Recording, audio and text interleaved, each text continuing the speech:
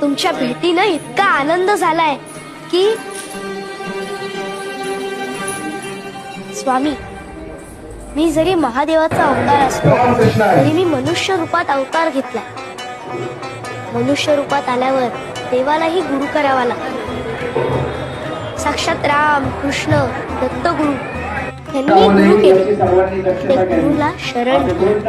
मलाही माझ्या गुरूंना शरण जायचं. मनाची ते शांती होता पाय धरी, दंडवत करी वेळोवेळा. वेळोवेळा गुरुसी करी नमस्कार, बोलत सखया तारा स्वामी. तारा स्वामी मज भवाचे सागर, व्हावे कर्णधारी मज लागे. मज लागी गुरु तुमचा आधार, ओस चराचर तुम्हावी.